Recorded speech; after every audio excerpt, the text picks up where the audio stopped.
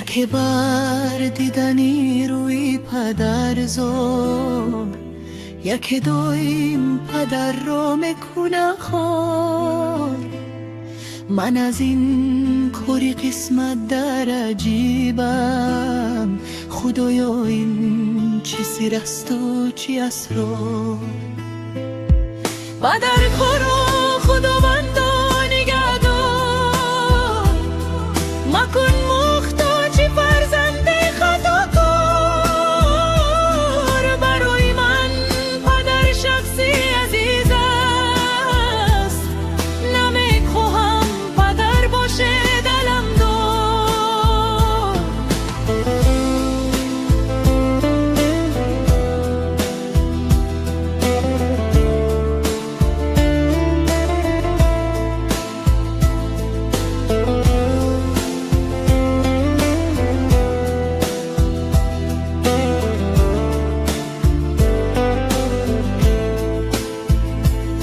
زمینی زیر پای ما بیلرزد، اگر اشکی پدر از غم بیرزد.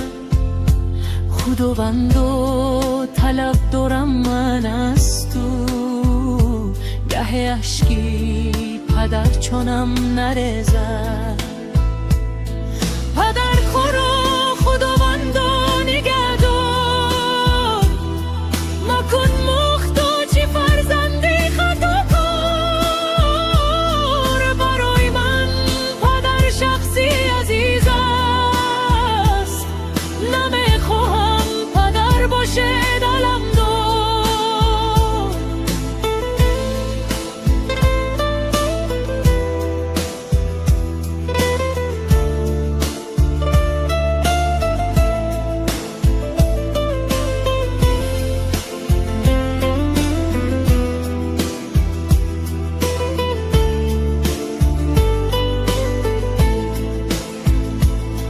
برای ما پدر باشد گنیمت، حقیقت این حقیقت این حقیقت.